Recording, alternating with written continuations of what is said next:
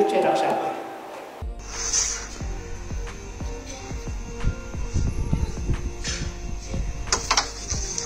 पस्यो ल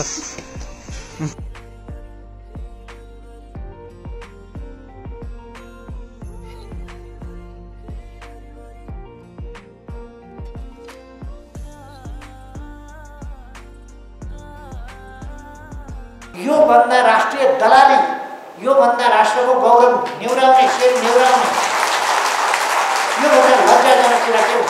जाग जाग, अब जाग न जाग। यति लेख्दाखेरि मान्छेलाई जाग्नु पर्छ भन्ने चेतना आयो र मान्छे जाग्न थाले।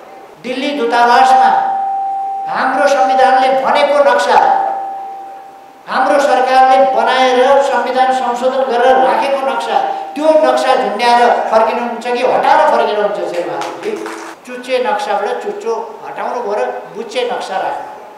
सम्माननीय प्रधानमन्त्रीले प्रकाशित गरेको सरकारको 100 दिनमा चुच्चे नक्सा हटाउनु के यो साधारण कुरा हो? भौगोलिक अखण्डता प्रतिको खेलबाड बस्न मिल्न नसकिने भयो भने अलग हुन पाइन्छ। श्रीमान श्रीमती डिभोर्स गर्न पाइन्छ भने कोर्ट म्यारिज लभ म्यारिज मात्रै होइन नि, यहाँ 7 फेरा लिएको हुन्छ नि, 9 गति बाजा बजाएर झ्याम झ्याम झुमझुम गरेर बिहे गरेको पनि डिभोर्स गर्न पाइन्छ। अब बुद्धिजीवीहरूले हात बाँधेर बस्ने कि चुप लागेर बस्ने कि यसका विरुद्ध शेरबहादुरलाई सोध्नुपर्ने, 5 दलीय गठबन्धनका देशद्रोहीहरूलाई सोध्नुपर्ने कुरा के हो भने चुच्चे नक्सा भयो। ल्याकठ्याक सर्वोच्च अदालत गएका हेर्नुहोस् त, तिनको हिँडाइ लाज शरम छैन। अनि प्रतिगमन रोक्न खोजे, अरे कम्युनिस्ट आन्दोलनको रक्षा गर्न खोजेको झुट बेइमानी र उल्टा कुराको योभन्दा हद केही हुन्छ?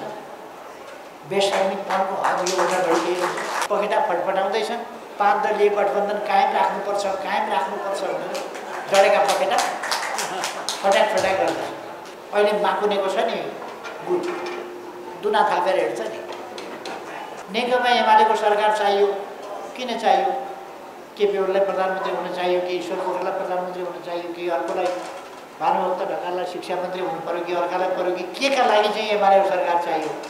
यो हुनुपर्ने त एउटा रीत हो। 30 वर्षमा आलोचना त केही नगरौँ, तर संक्षिप्तमा भन्ने हो भने आवश्यक सक्रियता हिजो रहेन। आज बुद्धिजीवी परिषदले त्यो सबै बिर्साउने गरेको असाधारण सक्रियता प्रकट गरेको छ र अगाडि बढेको छ। म खुसी व्यक्त गर्न चाहन्छु र पार्टीको तर्फबाट बुद्धिजीवी परिषदको यस काम कारबाहीको प्रशंसा गर्न चाहन्छु र धन्यवाद भन्न चाहन्छु। बुद्धिजीवी परिषदले बौद्धिक जगतलाई सङ्गठित गर्ने, पहिले मान्छेले धेरै दर्शन, द्वन्द्वात्मक र ऐतिहासिक भौतिकवादी दर्शन कति बुझ्छ कति बुझ्दैन, यो बडा जटिल पनि छ। त्यसकारण हामी दार्शनिक आधारलाई मान्छौँ, तर यथार्थ के हो भने हामी अहिले कम्युनिस्ट पार्टी निर्माण गरिराखेका छौँ नेपालमा। हामीले कम्युनिस्ट पार्टी निर्माण गर्दा मैले पहिले पनि भन्ने गरेको छु, कम्युनिस्टहरू 3 प्रकारका कम्युनिस्टहरू पाइन्छन्।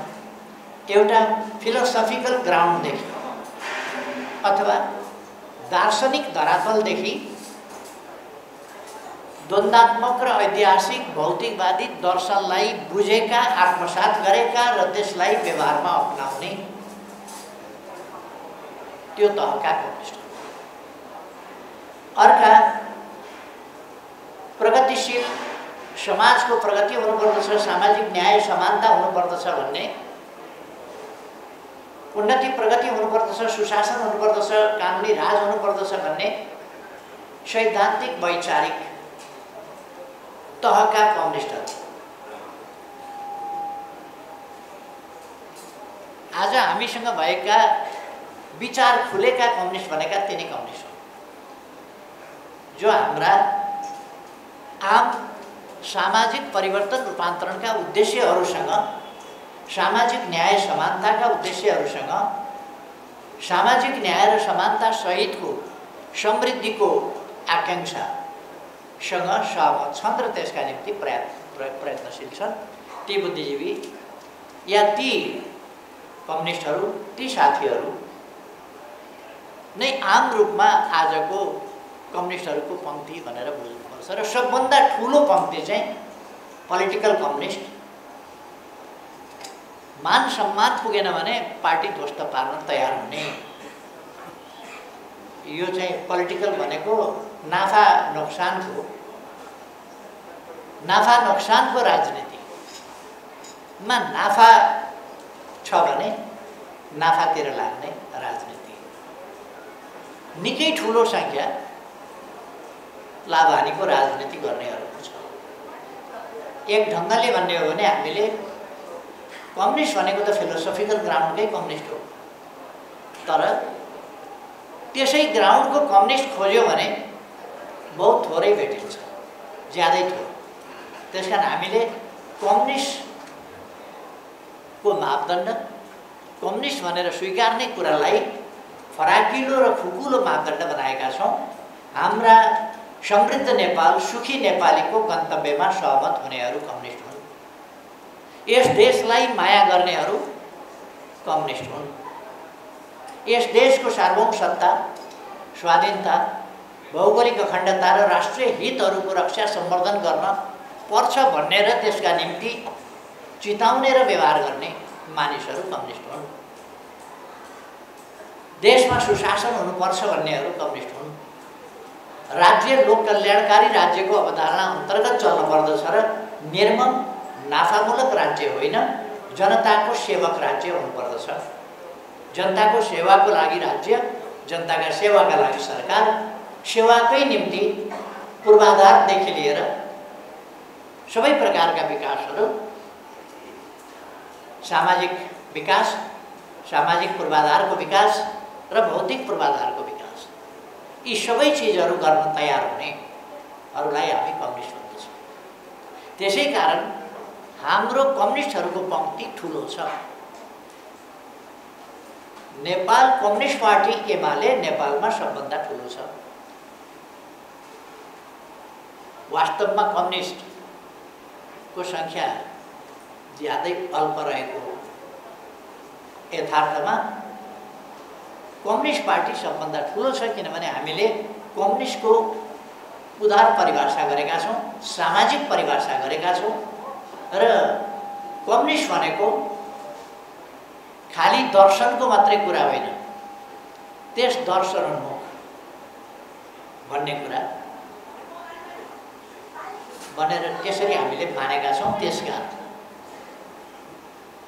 समृद्धितर्फ तयार हुनेहरू, सामाजिक न्यायतर्फ तयार हुनेहरू, समाजमा शान्ति हुनुपर्दछ, स्थिरता र स्थायित्व हुनुपर्दछ, भयरहित वातावरणमा सबै बाँच्न पाउनुपर्दछ र अपमान, हेला, होचो, असमानता र विभेद होइन, सामाजिक न्याय समानतासँगै सम्मानजनक जिन्दगी सुरक्षित ढङ्गले बाँच्न पाउनुपर्दछ। यसो गर्दा सुखी नेपाली हुन सक्दछ। यसरी समृद्धि र सुखलाई जोडेर अगाडि बढ्ने, यसभित्र हाम्रो गौरवपूर्ण परम्परा छ, हाम्रो गौरवपूर्ण चिन्तन परम्परा छ, ज्ञान परम्परा छ। यसलाई बुझ्ने, अपनाउने र यसमा समयानुकूल समृद्धि हासिल गर्ने, यसलाई पनि समृद्ध बनाउनु पर्ने, समयानुकूल समृद्ध बनाउने र अगाडि बढाउने कुरासँग सहमत हामी एक ठाउँ छौँ। त्यसकारण यसलाई बुझेर हामीले सङ्कीर्ण हुनुपर्ने आवश्यकता छैन र आस्थाको कारणले पनि कसैप्रति विभेद गर्नुपर्ने वा हेलाहोचो गर्नुपर्ने आवश्यकता छैन। हामी आस्थाहरूप्रति यो वैयक्तिक कुराको रूपमा छोडिदिएर उदार छौँ। आस्थाहरूप्रति उदार भइसकेपछि हाम्रा उद्देश्यहरू वैयक्तिक आस्थाको साँघुरो घेराभन्दा राष्ट्रिय उद्देश्यहरूको महान घेरा, व्यापक घेरा, फराकिलो घेरा, त्यसमा फैलिन्छ हाम्रो शक्ति र सामर्थ्य। त्यसै कारण हामी त्यसै गरी आज आन्दोलन निर्माण गरिरहेका छौँ, वामपन्थी आन्दोलन निर्माण गरिरहेका छौँ। वामपन्थी भनेको वास्तवमा यसको उत्पत्ति चाहिँ ब्रिटेनबाट भएको थियो। वामपन्थीबाट वामपन्थीको उत्पत्ति भएको होइन, वामपन्थीबाट वामपन्थी शब्दको उत्पत्ति भएको होइन। सत्ता पक्ष त्यहाँ राजा बस्दा, राजाले सम्बोधन गर्दा दाहिनेपट्टि सत्ता पक्ष बस्ने र देब्रेपट्टि प्रतिपक्ष बस्ने गर्थ्यो। प्रतिपक्षले सत्ता पक्षको विरोध गर्थ्यो, सत्ता पक्षले आफ्ना कुराको प्रतिरक्षा गर्थ्यो। जे प्रस्तुत भएको छ यथास्थितिको आफ्नो मौजुदा स्थिति अनुसारको कुरा नै प्रस्तुत गर्छ सत्ता पक्षले, त्यस कुराको पृष्ठपोषण गर्छ सत्ता पक्षले। त्यसकारण त्यसलाई त्यो दाहिनेतिर या दक्षिणतिर राख्यो, दक्षिण पन्थ भनियो त्यसलाई। दक्षिण भनेको दक्षिण बाहु, दक्षिण दाहिने भनेको त्यता राख्यो। वामपन्थीहरू देब्रेतिर बसे अथवा प्रतिपक्ष देब्रेतिर बस्यो, जसले विरोध गर्थे। यो यथास्थिति ठिक भएन, परिवर्तन हुनुपर्छ भनेर। वामपन्थी भनेको आलोचक, यथास्थितिका आलोचक र परिवर्तनका पक्षधर भन्ने अर्थमा ब्रिटिस पार्लियामेन्टबाट वामपन्थी सुरु भयो। यो कम्युनिस्टलाई भनेको चाहिँ थिएन, कम्युनिस्टलाई भनेको थिएन। कम्युनिस्टको परिभाषामा भन्ने हो भने दक्षिणपन्थीहरूमध्येकै कुरा थियो त्यो, तर यथास्थितिको आलोचना गर्ने र परिवर्तनको पक्षपोषण गर्ने, परिवर्तनको आवाज उठाउने प्रतिपक्षले त्यो गर्थ्यो। त्यसकारण उसलाई देब्रेतिर बसेको थियो। त्यसकारण देब्रेतिर बसेको हुनाले पहिले हो जानी बुझिकन होइन, एक थरीलाई एक ठाउँमा एक थरीलाई एक ठाउँमा राख्दा एक थरी देब्रे परे, एक थरी दाहिने परे, सरकारवाला दाहिने परे, सरकार विरोधीवाला देब्रे परे, देब्रे परेका वामपन्थी भए, दाहिने परेका दक्षिणपन्थी भए। त्यहाँ विचारको कुरो, आदर्शको कुरो, आस्थाको कुरो, दर्शनको कुरो भन्दा पनि कतापट्टि उनीहरूको लोकेसन के थियो भन्ने कुरासँग मात्रै सम्बन्धित थियो त्यस बेला। तर त्यसले बिस्तारै परिवर्तनको पक्षधर शक्तिलाई वामपन्थी भन्ने र यथास्थितिको शक्ति वा दक्षिणपन्थी शक्ति भन्ने गर्यो त्यसलाई। दक्षिणपन्थ पछि त्यसको नाम नै के भयो भने यथास्थिति वा परिवर्तन उन्मुख नहुने, त्यसमा तुलनात्मक रूपमा जडता हुन्छ भन्ने कुरा मानिन थाल्यो। यसरी तिनीहरू दक्षिणपन्थी भए। आज परिभाषा नै दक्षिणपन्थी भनेको यथास्थितिवादी र प्रतिगामीहरू, वामपन्थी भनेको परिवर्तनकारी शक्तिहरू भन्ने बुझिने भयो। हामी स्वतः यथार्थमा भन्ने हो भने हामी सरकारमा हुँदा पनि यो बृहत परिभाषाले सुरु भयो एकतिरबाट, तर बृहत परिभाषाले सरकारमा हुँदाखेरि पनि हामी चाहिँ वामपन्थी नै थियौँ। प्रतिपक्षमा हुँदा त वामपन्थी हुने नै भयो। तर हाम्रो देशको र आजको अवस्था चाहिँ के छ भने हिजो हामी वामपन्थीहरू सरकारमा भएर वामपन्थी नै थियौँ, दक्षिणपन्थी प्रतिपक्षमा भएर पनि दक्षिणपन्थी नै थिए। बसाई वामपन्थमा हुन्थ्यो तर दक्षिणपन्थी थिए। हाम्रो बसाई दाहिने साइडमा हुन्थ्यो तर पनि हामी वामपन्थी थियौँ। जे होस्, हामी विद्यमान अथवा मौजुदा स्थितिबाट समाजलाई परिवर्तन गर्न चाहन्छौँ। मौजुदा स्थितिमा सामाजिक चेतना जाने रहेछ, त्यस चेतनालाई परिवर्तन गर्न चाहन्छौँ र समाजको चेतनाको परिवर्तन ल्याउने कसले त भन्दा चिन्तकहरूले नै ल्याउने हो, विचारकहरूले नै ल्याउने हो। नेपालमा कति बुझिकन बुद्धिजीवी भनेको हो थाहा छैन, विद्वत वर्गलाई बुद्धिजीवी भन्ने गरेको छ। त्यो कति बुझेर छानेर शब्द चयन चाहिँ कतिको उपयुक्त हो त्यो यहाँहरूले बुझ्ने कुरा हो। मैले देख्दाखेरि त अब बुद्धिजीवी भनेको बुद्धिमा बाँच्ने भने होला।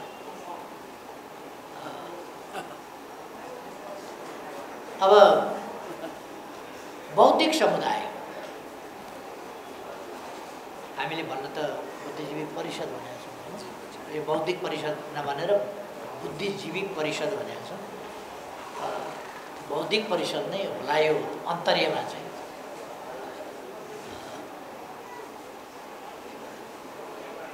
यसले जहिले पनि समाजलाई परिवर्तनका निम्ति उद्बुद्ध गर्ने, त्यसले परिवर्तनको शङ्खघोष गर्ने, समाजमा रहेका पछौटेपन, विकृति अथवा विसङ्गति अथवा जे नहुनु पर्ने कुरा समाजमा छन् ती कुराहरूलाई बुद्धिजीवी वा बौद्धिक समुदायले चिन्दछ, बुझ्दछ। चिन्न त सबैले चिन्या हुन्छ, पीडा भोगिरहेको हुन्छ, तर त्यसबाट कसरी अगाडि जाने भन्ने केही नयाँ चिज निकाल्छ बुद्धिजीवीले, नयाँ चिज दिन्छ। त्यो त्यस सन्दर्भमा अगाडि बढेको चिज हुन्छ। कहिले कहिले अगाडि बढेको चिज प्रस्तुत गर्दा अलिकति प्रतिकूलताहरू पनि आउन सक्छन्, जसलाई हामी कन्जर्भेटिजम भन्छौँ अथवा यथास्थितिवादी भन्छौँ, अनुदारवाद भन्छौँ, अनुदार पन्थ भन्छौँ। त्यो खालका पक्षहरू हुन सक्छ। हामी अनुदार होइन। आजकल फेरि उदारवाद भनेको पनि उदारवाद कताबाट कहाँ, उदारवाद भनेको त राम्रो कुरो हुनुपर्ने, तर उदारवाद भनेको पनि फेरि अर्को एउटा विकृत ब्रान्चलाई उदारवाद भन्न थालेको, अर्को त्यसमाथि पलाएको अर्को विकृत ब्रान्च, विकृत शाखा, त्यसलाई नव उदारवाद भन्न थाल्यो। तिनीहरू त राम्रा हुनुपर्ने, तर ती पनि राम्रा भएनन्। त्यतापट्टि म अहिले जान चाहन्न। खालि हामीले, समाजले र समाजको नेतृत्व गरिरहेको पार्टीले बौद्धिक समुदायबाट के अपेक्षा गर्दछ आज? यसका अपेक्षा निराधार अपेक्षा हुनु हुँदैन। तपाईहरुसँग निराधार अपेक्षा गर्यो भने, असम्भव अपेक्षा गर्यो भने, असम्भव अपेक्षा गर्दा त त्यो एउटा भनाइ छ, भगवानको पनि केही लाग्दैन। म हिजो हलेसी महादेव थानमा पुगेको थिएँ खोटाङमा। मैले त्यहाँ बोल्दाखेरि भनेको थिएँ, हलेसीमा भस्मासुरले ठुलो तपस्या गरे। पहिले हलेसीमा होइन, यो चाहिँ अन्तै गरेका थिए तपस्या।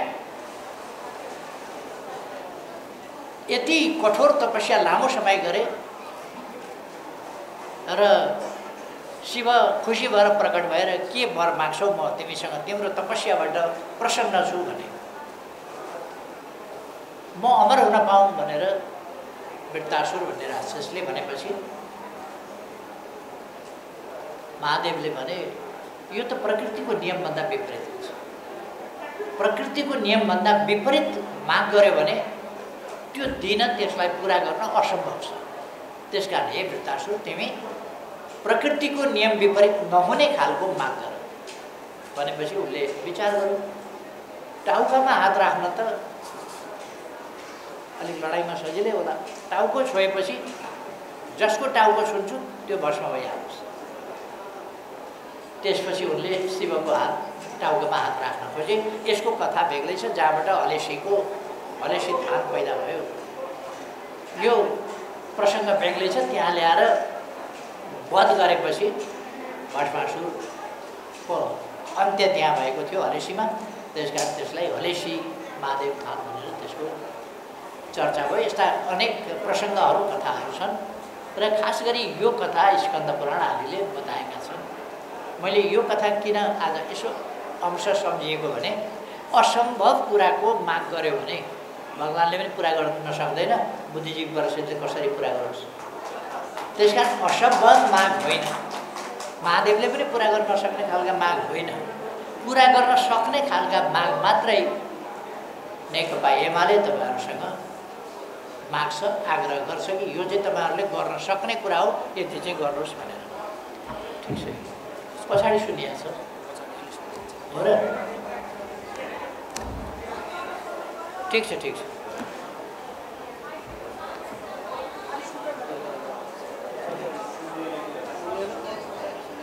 सुनिएको छैन? मजाले सुनिएको। ठिक छ, तपाईहरूले पुरा गर्न सक्ने माग पार्टीले गर्छ यहाँहरूसँग। त्यो माग भनेको के हो भने, नेपाली समाजमा पछौटेपन, अन्धविश्वास, पछाडि परेका विचार र ट्रेडिसनल्ली चल्दै गएका विचार नगरिएका, कहिले कहिले के हुन्छ भने विचार नगरिएका, पुनर्विचार नगरिएका विचार हुन्छन्।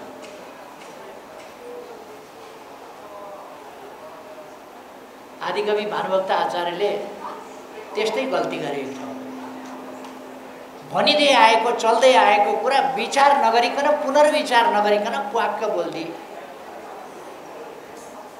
हाँस्नु छैन कदापि नारीहरूले भन्ने क्वाक्क बोल्दी।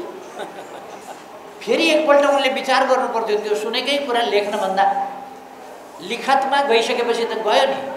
अब आज पनि हेर्नुहोस् त, बुढाले यो त गतिलो गरेन नै त भन्नुपर्ने अवस्था हुन्छ। आदिकवि हुन्, ठुलो योगदान गरेका छन्। रामायण अनुवाद गरे मात्रै होइन, रामायण लेखे नै भन्छौँ हामी। भानुभक्त आचार्यले ठुलो काम गरे, तर कस्तो नराम्रो दुर्वाच्य बोलिदियो भने हाँस्नु छैन कदापि नारीहरूले। हेर्नुहोस् त, अब त्यसपछिको त भन्नै हुँदैन, भन्नै हुँदैन त्यसपछि। त्यस्तो बोलिदिए अनि के नारीहरू गुत्थ परेर बसिरहनु सधैँ? खुसी हुनै नपाउने? एकपल्ट विचार गर्नुपर्छ। त्यसकारण कहिले कहिले समाजमा प्रचलित कुराहरू हुन्छन्, भइआएका, चलिआएका, भन्दै आएका कुरा पुनः विचार नगरिकन फेरि हामी क्वाक्क भनिदिन्छौँ, स्वाट्ट लेखिदिन्छौँ। त्यसो गर्दाखेरि गल्ती हुन्छ। र एउटा अन्धविश्वास, पुरातनपन्थी मान्यता धारणाहरू, अवैज्ञानिक असत्य कुराहरू र कतिपय अझै पनि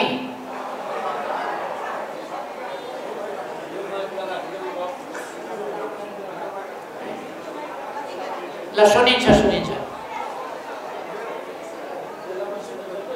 मैले बोल्दाखेरि यता फर्केर बोल्छु, त्यसले गर्दाखेरि यता पनि हेर्छु त्यो नसुनिया हो।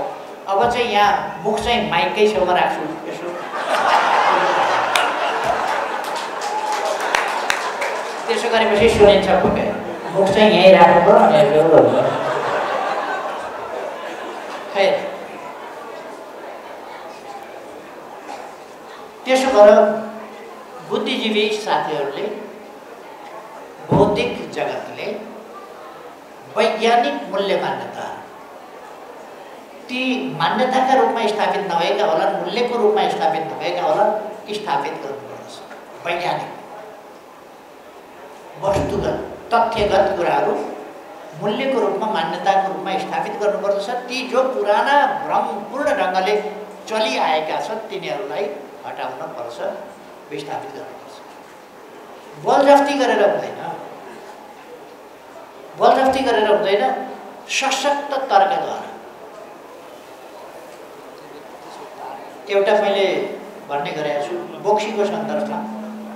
बोक्सी हुन्छ हुँदैन धेरै किन भनिरहनुपर्छ र मैले एउटा कुरा भनेको छु, यो बाबा दुनियाँमा बोक्सी हुन्छ भने नि यत्रो यो गठबन्धन सठबन्धन सारा किन गरेर कराइराखेका छौ? एउटा बोक्सी लगाइदेऊ न मलाई। तमासा किन गर्नुभयो? एउटा दुखी गरिब, कपाल फुटेकी, आँखाको ज्योति हराएकी, चाउरी परेकी गरिब बुढी मान्छे जसका आमालाई बोक्सी भन्दाखेरि बङ्गारा झार्ने छोरा छैन, हो त्यस्तालाई नै बोक्सी भन्ने होला। त्यो भन्ने भन्दा छ भन्ने कसैलाई लाग्छ भने म माथि लगाइदेऊ न बोक्सी। बोक्सीले विद्याको अभ्यास गर्छन् अरे, म माथि गरौँ न त अभ्यास। केही छैन, बोक्सी हुँदैन। योभन्दा बढी विश्वासका साथ के भन्ने? छ बोक्सी भने दुनियाँभरिकालाई चुनौती एकैचोटि। बोक्सी छ भन्नेहरूलाई मेरा विरुद्ध लगाऊ बोक्सी, सक्छौ। एउटा मान्छेका विरुद्ध लगाउन सक्दैन भने कसका विरुद्ध? घरमा कोक्रामा खेलिराखेका बच्चाका विरुद्ध बोक्सी लाग्ने, त्यस्तो पनि बोक्सी हुन्छ। दुनियाँमा म प्रकट भएर हिँडेको छु, मेरो विरुद्ध लाग्न नसक्ने, अनि त्यस्ता बच्चाका विरुद्ध लाग्ने, बुढाबुढीका विरुद्ध लाग्ने, अशक्तका विरुद्ध लाग्ने। अर्थात् मैले भन्न खोजेको के हो भने हामीले कुनै कुरालाई यसरी सम्प्रेषण गरौँ, यसरी सम्प्रेषित कुराहरू होस् जसबाट मान्छे कन्भिन्स हो, मान्छेले धेरै तर्क धेरै प्रमाण खोज्न नपरोस्, सशक्त ढङ्गले हामी राखिदियौँ। हामीले हिजो बेलुका पनि राति भेट हुँदाखेरि अलिकति छलफल गऱ्यौँ। सृष्टि कसरी हुन्छ, सृष्टिको सम्बन्धमा मानव जातिले धेरै चिन्तन गर्यो, धेरै सोच्यो। अनेक दार्शनिकहरूले, अनेक चिन्तकहरूले, अनेक ऋषिमुनिहरूले यो पन्थ र त्यो पन्थको सुरुवात भयो। सृष्टि के हो, प्रकृति के हो, जीवन के हो, उत्पत्ति के हो, विनाश के हो, जीवन के हो, मरण के हो, यसै विषयमा सोच्दाखेरि विभिन्न दर्शनका धाराहरू, शाखाहरू, प्रशाखाहरू अनेक पैदा पनि भए। तिनका अनेक चिज निस्किने कुराको प्रारम्भ कहाँबाट भयो, दर्शनको प्रारम्भ कहाँबाट भयो, दर्शनको केन्द्रबिन्दु कहाँबाट हो, कहाँ छ, केबाट दर्शन प्रारम्भ भयो भन्दा जीवन के हो, मरण के हो र हुनु के हो, नहुनु के हो, सृष्टि के हो, विनाश के हो, यी सब कुरा यसैबाट दर्शनहरू पैदा भए। तर सजिलो छ, गलत व्याख्या हुँदै पनि आएको छ। हाम्रा शास्त्रहरूले पनि कतिपय राम्रा कुराहरू, सही कुराहरू गरेका छन्। जस्तो मैले हिजो स्कन्द पुराणको एक ठाउँको चर्चा गरेको थिएँ। स्कन्द पुराणले अघि मैले भनेको कुरा पनि स्कन्द पुराणको थियो, फलेसी थानको पनि। अहिले भन्न खोजेको कुरा पनि सृष्टि कसरी भयो, जीवन कसरी उत्पन्न हुन्छ, सृष्टि कसरी उत्पन्न हुन्छ भन्दा स्कन्द पुराणले भन्ने गर्छ कि ब्रह्म र दुर्गाको सम्मेलनबाट, उनीहरूको योगबाट सृष्टि पैदा हुन्छ, जीवन पैदा हुन्छ, उत्पत्ति त्यहाँबाट हुन्छ। त्यो भनेको के हो, ब्रह्म भनेको के हो, ब्रह्मा होइन, ब्रह्म।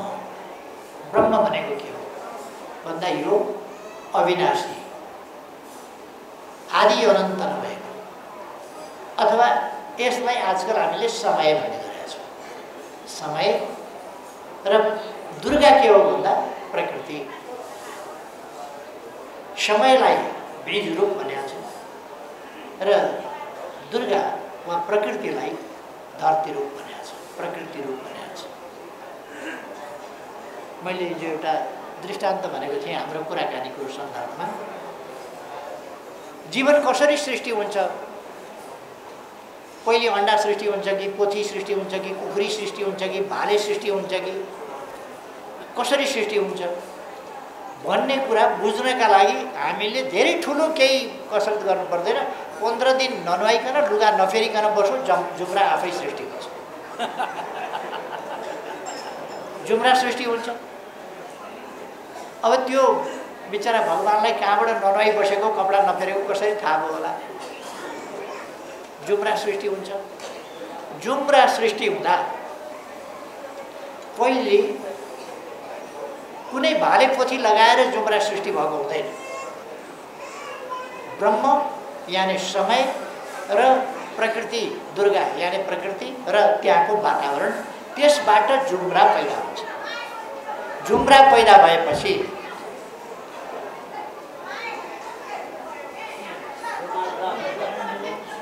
सुनिँदै सुनिएन?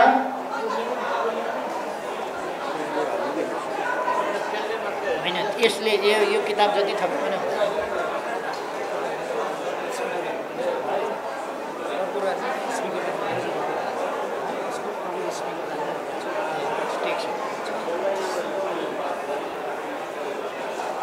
अच्छा, अब सुनिन्छ। अब शान्त रहँदा हाललाई सुनिन्छ।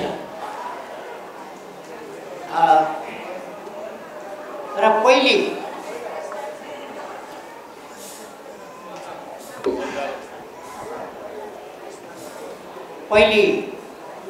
भाले र पोथी जुम्रै जन्मिन्छ। त्यसका लागि प्रकृतिले आफ्नै जोग गर्छ फेरि, र त्यसपछि अनि जुम्राका भाले पोथीबाट त्यसका लिखा बन्छन्, त्यसका चम्कना बन्छन्, त्यसका ढाडी बन्छन्, अनेक बन्छन्। त्यसपछि त्यस कारण यो धेरै ठुलो कुरा होइन कि यो अध्यात्म कि भौतिक पदार्थ अध्यय चाहिँ कुन हो? आत्मा अध्यय हो कि पदार्थ अध्यय? के चाहिँ पहिलो हो भन्ने कुरा। यदि शरीर नहुँदो भए दिनै पछि नुहाइदिएपछि, दिनै पछि लुगा धोइदिएपछि, नयाँ नयाँ फरक फरक लगाइदिएपछि त सृष्टि हुनै सक्दो रहेछ नि। अथवा जुम्रा पैदा हुनका लागि एक प्रकारको मैलो, एक प्रकारको केही, एक प्रकारको दुर्गन्ध, एक प्रकारको पसिना, त्यसले ठाउँ पाउनु पर्दो रहेछ र पैदा हुँदो रहेछ। अथवा प्रकृति त्यस्तो हुनु पर्दो रहेछ, त्यो मिल्नु पर्दो रहेछ प्रकृति। त्यसकारण यो दार्शनिक कुराहरूलाई हामीले बुझ्ने गरी सहज ढङ्गले हामीले मानिसहरूलाई सम्प्रेषण गऱ्यो भने हुन्छ। त्यो हामी अनेक हिसाबले हाम्रा मन्तव्य, वक्तव्य, हाम्रा कविता, कथा, निबन्ध, अरू विभिन्न कुराहरू, साहित्य, हरेक कुरामा हाम्रा विचारहरूलाई प्रभावकारी ढङ्गले सम्प्रेषण गर्न सक्दछौँ। जनताले ग्रहण गर्न सक्ने वा पाठकले ग्रहण गर्न सक्ने वा श्रोताले ग्रहण गर्न सक्ने गरी हामी सम्प्रेषण गर्दछौँ। यसरी सम्प्रेषण गरेर समाजमा चिन्तनमा परिवर्तन ल्याउने आवश्यकता छ। कहिले कहिले एउटा मान्छेको एउटा क्रियाकलापले ठुलो परिवर्तन ल्याउँछ। मैले 2-4 पल्ट नै विभिन्न कार्यक्रमहरूमा भनिसकेको छु। एउटा जर्मनीको इतिहास मैले भन्ने गरेको छु। जर्मनीको इतिहास कसरी उत्प्रेरणा ल्याउँछ। अर्को कुरो यहीँको इतिहास पनि भन्न सक्छौँ। चन्द्रगिरीमा पृथ्वीनारायण शाहले यता काठमाडौँतिर हेरे बेला यसो गरे अरे, जुगामा यसो हात पुर्याए अरे। अब जुगामा हात त गइरहेको छ नि। अब उनका साथमा हुने पण्डितजीहरूले के भने मनसुबा पुरा हुन्छ महाराज, पुरा हुन्छ, मनसुबा पुरा हुन्छ भनेर। के बुझ्यौ तिमीहरूले भनेर पृथ्वीनारायणले सोधे। मौसुफले काठमाडौँ उपत्यका हेरेर जुगामा ताउ लगाएपछि यो उपत्यका जित्न पाए, कब्जा गर्न पाए कस्तो राम्रो हुन्थ्यो भनेर जुगामा हात लगाएको हामीले बुझिसक्यौँ सरकार भने। जुगामा हात त किन लगाएको थियो उसले बुझिजानुहोस्। तर अरू व्याख्याताहरू चाहिँ निस्किए जसले जुगामा हात लगाएकोलाई काठमाडौँ हार्नुपर्छ भन्ने। त्यत्रो महत्त्वाकांक्षा पृथ्वीनारायण शाहको मनमा पलाएको थियो कि थिएन। तर उनका साथमा हुने रणनीतिकारहरू, बौद्धिक व्यक्तित्वहरू, उनीहरूले त्यो जगाइदिए। उसमा जगाइदिएपछि पृथ्वीनारायण शाहले कसैलाई सोधेर जुगामा हात लगाएको थियो र काठमाडौँ उपत्यकादेखि यो हान्न पाए हुन्थ्यो, जुगामा ताउ लाउँ भनेर सोधेको थियो र थिएन नि त।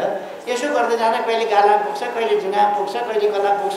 हात भने त्यस्तै हो, पुगेको थियो होला जुगामा। उसले त भने होइन नि त पृथ्वीनारायण शाहले मैले चाहिँ जुगामा ताउ लाएँ है काठमाडौँ उपत्यका हेरेर, उसले भने होइन नि, अरूले भने। मान्छेलाई कसरी मोटिभेट गरिँदो रहेछ, कसरी मान्छेलाई प्रेरित गरिँदो रहेछ, उत्साहित गरिँदो रहेछ। आखिर पृथ्वीनारायण काठमाडौँ नहानि नसक्नेमा यो मोटिभेसन हुँदो रहेछ। जर्मनीमा मैले अघि जर्मनको एउटा कथाको कुरा गर्दै थिएँ। कस्तो मोटिभेसन हुँदो रहेछ भन्दा त्यहाँ नित्से भन्ने एउटा प्रोफेसर थिए, युनिभर्सिटीको प्रोफेसर। र त्यस बेला नित्सेहरूको चिन्तनको पनि केही लाग्दैन थियो। नित्सेहरू अलिक यथार्थवादी चिन्तन गर्थे र स्वतन्त्रवादी चिन्तन गर्थे। कान्ट भन्ने दार्शनिकले पहिले मान्छे आफू स्वतन्त्र हुनुपर्छ भन्ने सोच ल्यायो। कान्ट भन्ने व्यक्ति स्वतन्त्र हुनुपर्छ चिन्तनका लागि, अनि मात्रै उसले सोच्न सक्छ। तर यी सबै कान्टका दर्शन आदि इत्यादि सबै चिजहरू हेगेलको ईश्वरवादी दर्शन त्यसका अगाडि फिका भइरहेको थियो। हेगेलको दर्शन जे हुन्छ कोही परमधाम बस्ने परमात्माको इच्छाले हुन्छ। सबै कुरा पूर्व निर्धारित छ, पूर्व तय छ। तपाईँ प्रोफेसर हुनुहुन्छ कि हुनुहुन्न, यो पूर्व निर्धारित छ। तपाईँ कुन विषय पढ्नुहुन्छ, पूर्व निर्धारित छ। तपाईँको रिजल्ट के हुन्छ पूर्व निर्धारित छ, पढ्नु किन पर्यो? सबै पूर्व निर्धारित छ भने विद्यार्थीले पढ्न किन पर्यो, मेहनत किन गर्नु पर्यो? त्यसकारण जर्मनका विद्यार्थीहरू लद्दो हुने भए। किन लद्दो हुने भयो भने अब सबै पहिले नै 6औँका दिन नै लेखिसकेका छ त, अब यहाँ बेकार मेहनत गरेर के हुन्छ, अनिदो बसी के हुन्छ, दुःख गरिकन के हुन्छ। त्यसकारण यो धेरै दुःख गर्न काम छ। सबै कुरा पूर्व निर्धारित छ, भगवानको इच्छा। यो भनेपछि मान्छे अल्छी तिग्रे हुने भयो, काम नगर्ने भयो, मेहनत नगर्ने भयो। आँखा नहेरिकन हिँडेर खुट्टो भाँच्यो भने अब के गर्ने, भगवानको इच्छा हुन्छ। आफूले आँखा नहेरी हिँडेको थाहा पाउँदैन। बेलुका जाँड खाएर घर फर्किँदाखेरि नालीमा खुट्टा हाल्छ र फर्काउँछ, अनि भन्छ भगवानलाई जाँड खा नालीमा खुट्टा हाल्नु भनेको थियो भगवानले। तर अब त्यो समाजमा त्यो परेपछि पर्छ, त्यस्तो पर्यो। र जर्मन एकजनाले निकम्मा अवस्थामा पुगेको थियो। त्यस ठाउँबाट एक दिन नित्सेले अचाक्ली भएपछि हातमा एउटा कठबाँसको लाठीले र एउटा परालको बनाएको कठपुतली लिए। सानो यतातिर आजकल पुतला भन्ने गरेको छ नि, त्यस्तै सानो पुतला एउटा कठपुतली परालको बनाएर बोके, एउटा हातमा लाठीले। विद्यार्थीहरूले सोध्न थाले, गुरु कता जाने,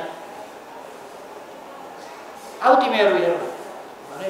र मूल सडकको चौबाटोमा गएपछि अनि नित्सेले त्यो पुतलीलाई पछाडै सडकमा बेसरी पछाड्यो। त्यसपछि लाठीले हालेर धुस्रो बनायो त्यसलाई। लौ आजबाट तेरो अन्त्य भयो, समाप्त भयो, मैले मारिदिएँ भनेर कराए नित्से। वरिपरि मान्छेहरू हेरिराखेका थिए। मैले सधैँका लागि तेरो अन्त्य गरिदिएँ, तँलाई मारिदिएँ, अब तँ मरिस्, अब तँ छैनस् भने। अनि के मारेको गुरु भनेर विद्यार्थीहरूले सोधे। नित्सेले भने तिमीहरूको भगवान मैले चौबाटोमा ल्याएर पछारेर लाठीले हानेर धुजा बनाएर मार्ने, अब भगवान छैन, मर्यो। अब के गर्छौ, तिमीहरू त सबै भगवानका भरोसे थियौ, अब भगवानले पाल्दैन, तिमीहरू आफूले पाल्नुपर्छ। जर्मन त्यसबेला 16 टुक्रामा विभाजित थियो। छेउछाउका ससाना राज्यहरूले बेल्जियम सेल्जियम अर्को वरिपरिका 16वटा राज्यले विशाल जर्मनीका 16 भाग चाहिँ टुक्रा पारेर दिएका थिए। अनि नित्सेले त्यहाँ सोधे, जर्मन 16 टुक्रा पारिएको छ, 16वटा वरिपरिका फुच्चे देशहरूले जर्मनी कब्जा गरेका छन् विभिन्न भाग। यसलाई मुक्त, अब तिमीहरूको भगवान छैन, भगवानले गर्देला भन्ने रहेन। जर्मनी फिर्ता ल्याउनु पर्छ कि पर्दैन, मुक्त गर्नु पर्छ कि पर्दैन? अब भगवान छैन, कसले फिर्ता ल्याउँछ? अनि बिस्मार्क भन्ने विद्यार्थी पनि त्यहीँ थियो। बिस्मार्कले यसो कुरो बुझ्यो, म फिर्ता ल्याउँछु गुरु, अब भगवान मर्यो, म गर्छु यो काम, बिस्मार्कले भन्यो। अरू पनि विद्यार्थीहरूले भनेर पहिलो जो बिस्मार्कले म फिर्ता ल्याउँछु जर्मनीको एकीकरण म गर्छु र जर्मनीलाई बलियो सशक्त जर्मनी बनाउँछु भनेर बिस्मार्कले भनेको थियो। बिस्मार्क पछि जर्मनीको चान्सलर भयो। जर्मनीमा सबभन्दा ठुलोलाई चान्सलर भन्छ। त्यहाँ राजा महाराजा छैन, त्यहाँ राष्ट्रपति पनि भन्दैन, चान्सलर भन्छ। बिस्मार्क चान्सलर भयो, प्रथम चान्सलर अफ जर्मनी। र उसलाई आइरन म्यान अफ जर्मनी भनियो।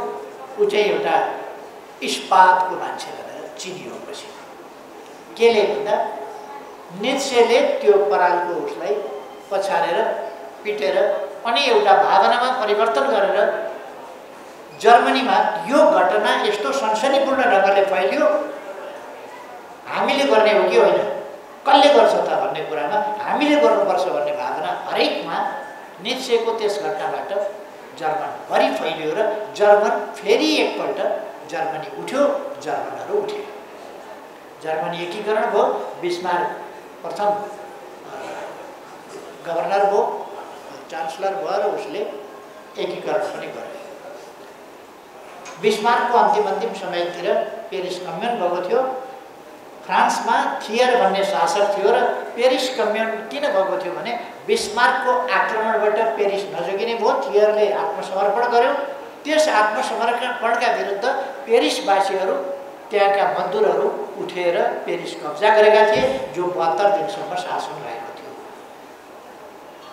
पेरिस कम्युन अहिले अरू हिसाबले जोडिरहनु पर्ने होइन, यो बिस्मार्कको शासनकालको कुरा थियो, अन्तिमतिरको शासनकालको कुरा थियो। 1871 मा पेरिस कम्युन भएको थियो। सायद 72 तिर होला कि 57-58 वर्षको उमेरतिरै बिस्मार्क बित्यो कि अथवा अलिक पछिसम्म, अलिकति कन्फ्युजन भयो। तर बिस्मार्क एउटाले लिड गरेर त्यसरी जर्मनी बनेको थियो। बिस्मार्कलाई त्यसरी उभ्याउने काम दार्शनिक प्रोफेसर नीत्सेले गरेका थिए।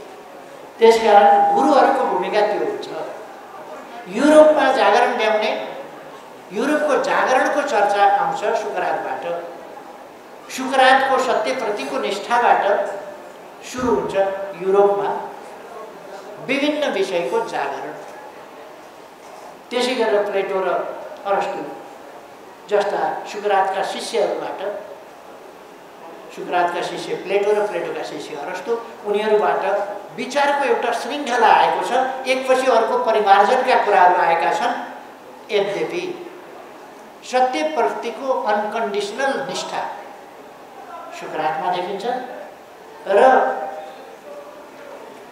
यो दार्शनिक निष्ठा सुकरातमा देखिन्छ, वैचारिक निष्ठा प्लेटोमा देखिन्छ, पोलिटिकल निष्ठा अरस्तुमा देखिन्छ।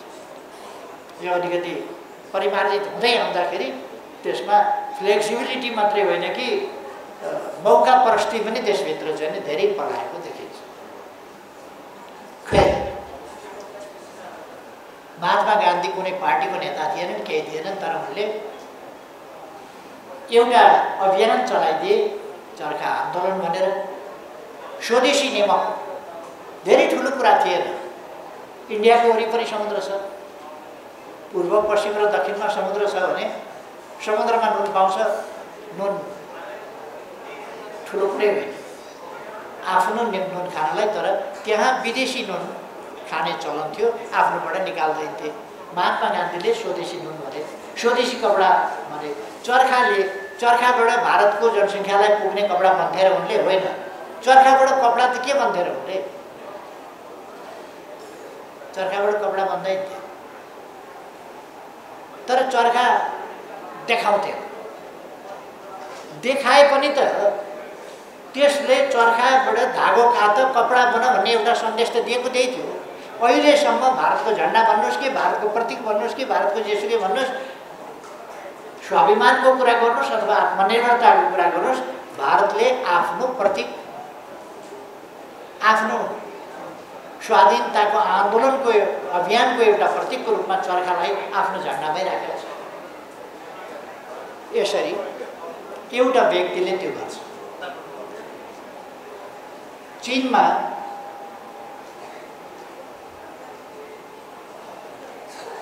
कन्फ्युसियस भन्ने दार्शनिकले चिनिया समाजलाई, पछाडि परेको छरपष्ट समाजलाई चिनिया बौद्धिक समाजको रूपमा, चिनिया सभ्यता, चिनिया चिन्तन प्रणाली, चिनिया दर्शन र पूर्वीय दर्शनको एउटा महत्त्वपूर्ण भागको रूपमा कन्फ्युसियसले चीनमा ल्याए। पछितिर हामीले देख्न सक्छौँ सन्यात सेनले चीनलाई राजतन्त्रबाट मुक्त गरे। यसर्थ एउटा व्यक्तिका प्रयासहरूले केही गर्न सकिन्छ। त्यसकारण हामी हरेकले आफ्ना ठाउँबाट आफ्ना प्रयासहरू अगाडि बढाउनु पर्छ। श्याम तमडले गीतमा भने जस्तै, हातमा कलम हुनेहरू कलम लिएर उठ, बाजा बजाउन जान्नेहरू बाजा लिएर उठ, साथमा केही नहुनेहरू आवाज लिएर उठ। यही ढङ्गले हामी बाजा बजाउन जान्दछौँ कि, कलम चलाउन जान्दछौँ कि, गीत गाउन जान्दछौँ कि, चित्र भर्न जान्दछौँ कि, के गर्न जान्दछौँ।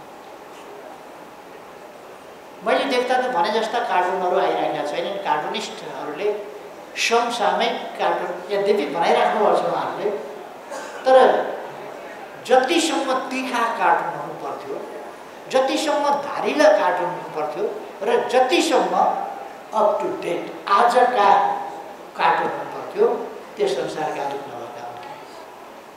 कविता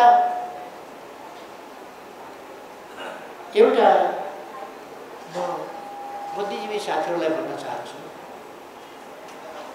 महाभारत जस्तो ग्रन्थ लेखियो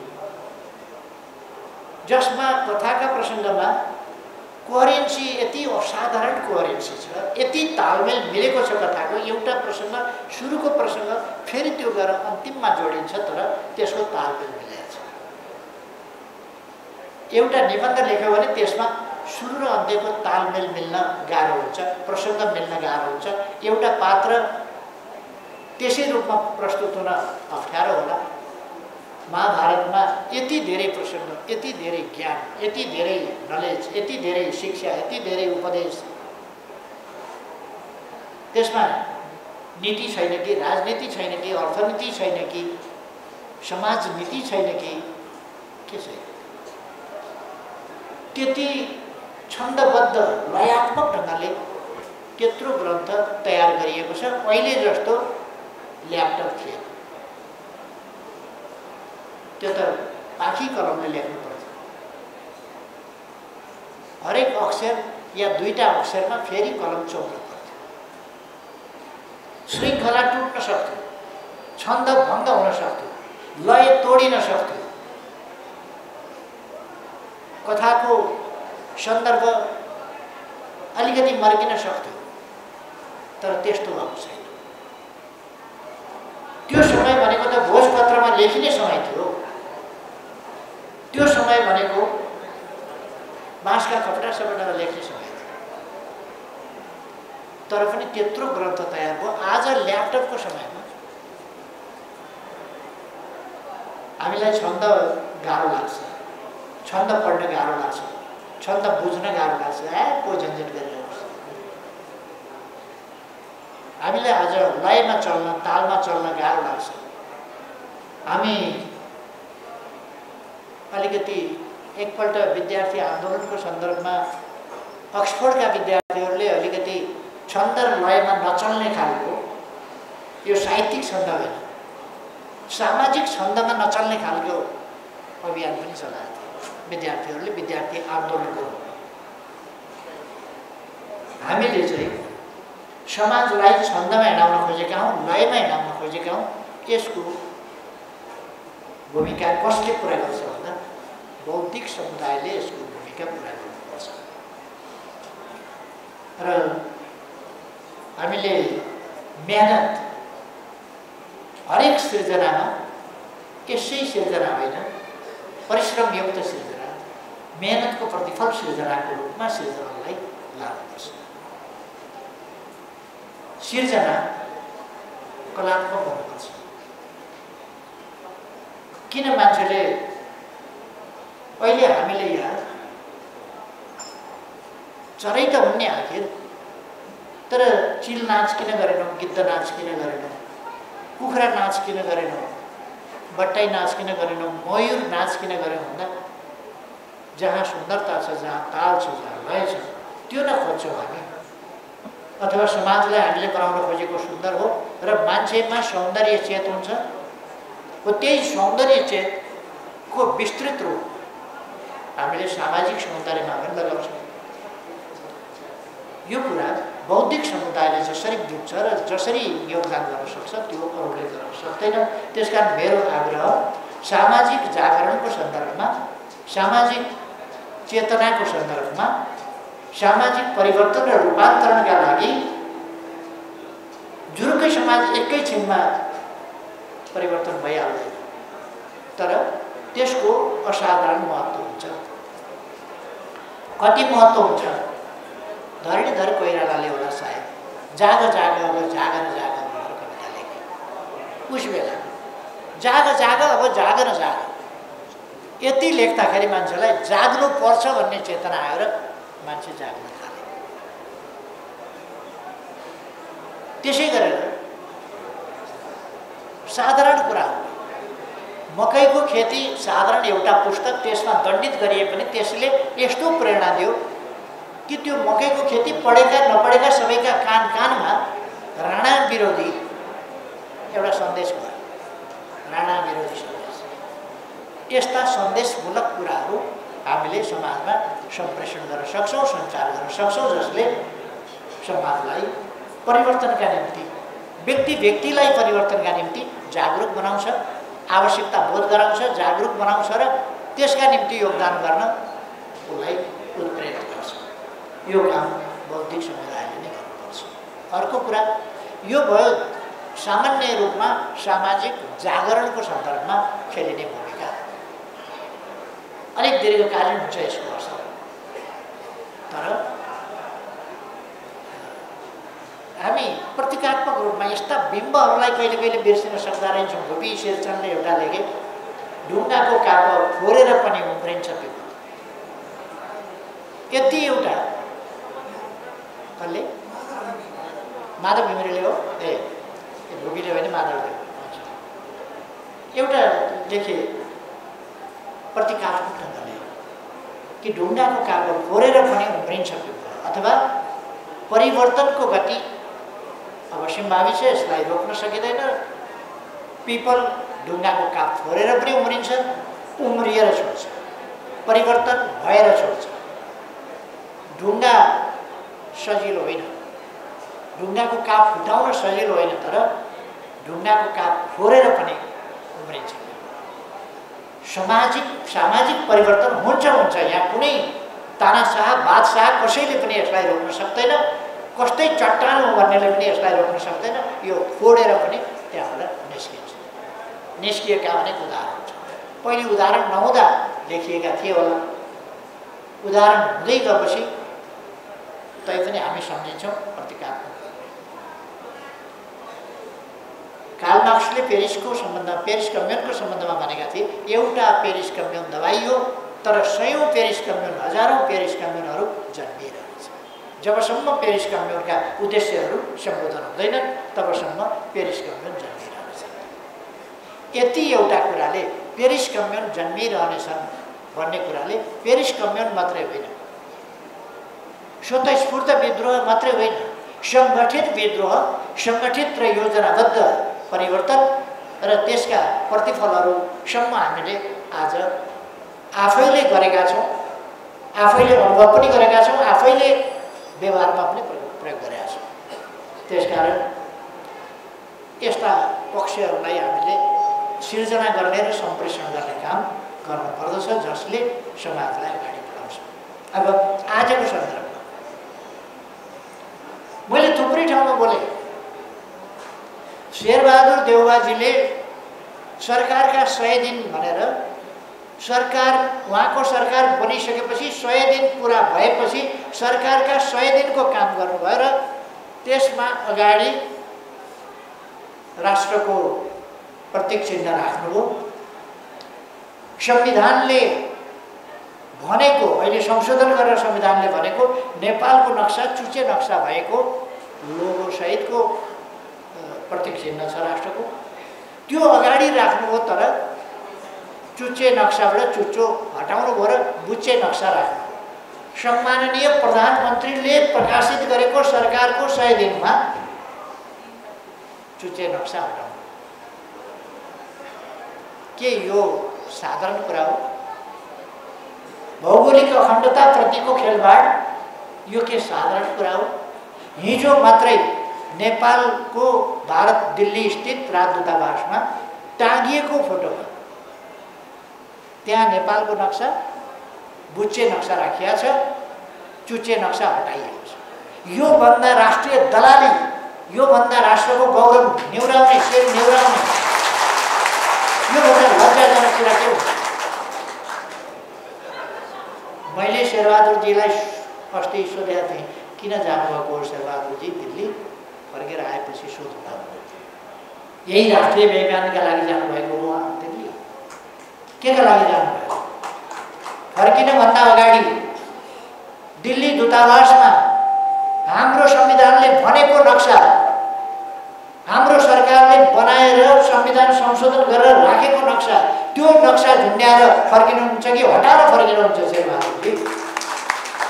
अहिलेको 5 दलीय गठबन्धन, यो 5 दलीय गठबन्धन सत्ताका लागि राष्ट्रियता भौगोलिक अखण्डतासँग यत्रो सौदाबाजी गर्छ। अब बुद्धिजीवीहरूले हात बाँधेर बस्ने कि चुप लागेर बस्ने कि यसका विरुद्ध? यो कसैको अरूको व्यक्तिको पक्षमा त होइन नि, यो त राष्ट्रको पक्षमा, भौगोलिक अखण्डताको सन्दर्भ। चुच्चे नक्सा खोइ शेरबहादुरलाई सोध्नुपर्ने, 5 दलीय गठबन्धनका देशद्रोहीहरूलाई सोध्नुपर्ने कुरा के हो भने चुच्चे नक्सा खोइ। भौगोलिक अखण्डतासँग खेलबाड गर्न पाइन्छ? पहिले चुच्चे नक्सा कसैले बनाउने आँट गरेन, बोल्ने आँट गरेन, भन्ने आँट गरेन। जब सरकारले बनायो, छाप्यो, संविधान संशोधन गरेर त्यसलाई संविधानको अङ्ग बनायो र यसलाई हेरफेर गर्न कसैले पनि सक्दैन। अनि सुटुक्क चोरेर दलाली गरेर अर्को नक्सा झुन्ड्याउने। यदि थाहा छैन भन्छ भने के चाहिँ थाहा छ त अहिलेको सरकारलाई? देशको नक्सा थाहा छैन, भूगोल थाहा छैन, अनि घुमेको भूभाग सामेल गरेर नक्सा प्रकाशित भएको थाहा छैन, त्यसलाई संविधानको अङ्ग बनाएको थाहा छैन, के चाहिँ थाहा छ? लिम्पियाधुरा लिपुलेख र कालापानी नेपालको हो भन्ने कुरा थाहा छैन भने के चाहिँ थाहा छ त? कुर्सी थाहा छ, सत्ता थाहा छ, भ्रष्टाचार थाहा छ, कमाउन कुरो थाहा छ, के थाहा छ? देशको अर्थतन्त्र ध्वस्त भइराखेको छ। जुनसुकै सरकार भने पनि 2-3 वर्ष अहिले भएको ध्वस्ततालाई मेकअप गर्न लाग्छ। अब अघि मैले जेनरल बुद्धिजीवी बौद्धिक क्षेत्रको जेनरल सामाजिक जागरणतर्फको भूमिकाको कुरा गरेँ। अहिले म तात्कालिक सामाजिक सन्दर्भका कुरा, राष्ट्रिय सन्दर्भका कुरा र बुद्धिजीवीहरूको बौद्धिक समुदायको आजको तात्कालिक भूमिकाको कुरा गर्दैछु। यसमा सबभन्दा पहिले बुद्धिजीवी भनेको यस्तो हो जसले त्यही भएका जीवजन्तुले नदेखेको कुरो चिलले कति टाढा आकाशबाटै त्यहाँ देख्छ र आएर टक्क टिप्छ। बुद्धिजीवी भनेको त्यस्तो चिज हो जसको दूरदृष्टि हुन्छ, भिजनरी हुन्छ। त्यसकारण बुद्धिजीवीले टाढैबाट यी कुराहरूलाई देख्नु पर्दछ र त्यसलाई समाधान दिनुपर्दछ। यसर्थ बुद्धिजीवीहरू आफ्ना तात्कालिक भूमिकामा बुद्धिजीवीहरू सक्रियता, हाम्रो सक्रियता भनेको म साथीहरूलाई भन्न चाहन्छु, ट्रेडमिलमा हिँडेको सक्रियता होइन। ट्रेडमिलमा हिँड्यो, बाटो चाहिँ कति किलोमिटर काटिन्छ भन्दा हिँड्न चाहिँ हिँडिन्छ, बाटो चाहिँ काटिन्छ। हाम्रो यात्रा ट्रेडमिलको यात्रा होइन, हाम्रो यात्रा जमिनको यात्रा हो। हाम्रो यात्रा खाली शारीरिक तन्दुरुस्तीका लागि होइन, उपलब्धिका लागि।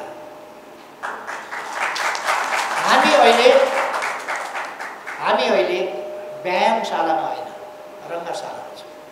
हामी अहिले अभ्यास केन्द्रमा होइन, खेलको रिङमा छौँ। 5 दलहरू मुड्की उठाएर हाम्रा विरुद्ध 5 तिरबाट घेरा गरिराखेका छन्। हामीले मजाको एउटा राउन्ड किक दिएर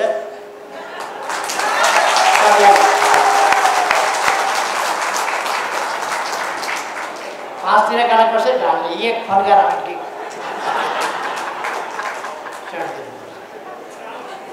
त्यसो भएर हामी खेलको मैदानमा छौँ र हामीलाई न सुस्ताउने सुविधा छ, न अकर्मण्य भएर बस्ने सुविधा छ, न योजनाहीन ढङ्गले काम गर्ने सुविधा छ, न अर्थहीन सक्रियता।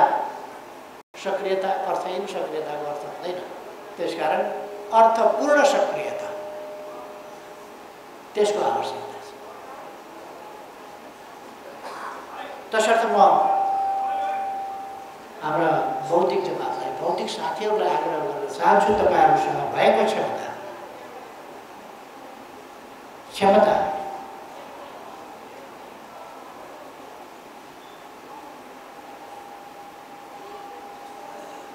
मैले अहिले एउटा श्लोक बिर्सेँ। जति खर्च गर्यो त्यति बढ्छ। विद्याधनम सर्वधनम प्रधानम के भन्ने छ नि, त्यो जति खर्च गर्यो जति वितरण गर्यो त्यति बढ्दै जान्छ। जति खर्च गर्यो के भन्छ त्यो श्लोक,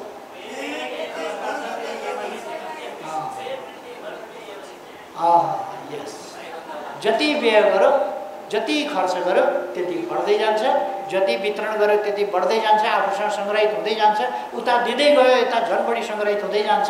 यस्तो चिज हो, यस्तो सम्पत्ति हो विद्या। त्यसकारण विद्याधनम सर्वधनम प्रधानम हो कि क्या हो, जे होस् यो हामीले त्यसलाई एक्टिभेट गरेनौँ भने, एक्टिभेट भएन भने हिन्दीमा एउटा भनाइ छ, घोडा क्यों अडा पान क्यों सडा कुनै के क्यों पडा भन्दा फेरार नै गया हुन्छ। त्यसलाई चलाइएन, त्यसलाई दौडाइएन, घोडा किन कुदेन भन्दाखेरि धेरै दिन कुदाइएन भने घोडा नकुद्ने हुन्छ। पान किन सड्छ भन्दा त्यसमा पानी फेरि राखेन भने पान सड्छ।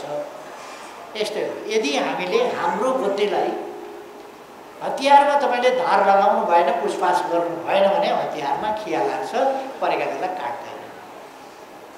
त्यसकारण मैले यतिसम्मको डिग्री लिएको छु, यति पढेको छु, मेरो बाकसमा यतिसम्मको सर्टिफिकेट छ भनेर केही अर्थ हुँदैन। सर्टिफिकेट माउकिराले खाइसकेका हुन्छ, तपाईँको बुद्धि निष्क्रियताले शिथिल बनाइसकेका हुन्छ। त्यसकारण चलाउनु पर्छ, जति चल्यो त्यति हुने हो। त्यसकारण आफ्नै ज्ञानवर्धनका लागि, आफ्नै क्षमता वृद्धिका लागि, आफ्नै बौद्धिक स्तर उन्नयनका लागि, यी सबै चिजका लागि पनि बुद्धि भनेको राख्ने नै चिज होइन, चुप लागेर राख्ने चिजै होइन। यसलाई त चलाएको चलाइ, खेलाएको खेलाइ, धार लगाएको लाई, उद्याएको उद्याइ, तिखारेको तिखारे र प्रयोग गरेको गरे, यो गर्नुपर्छ। अर्को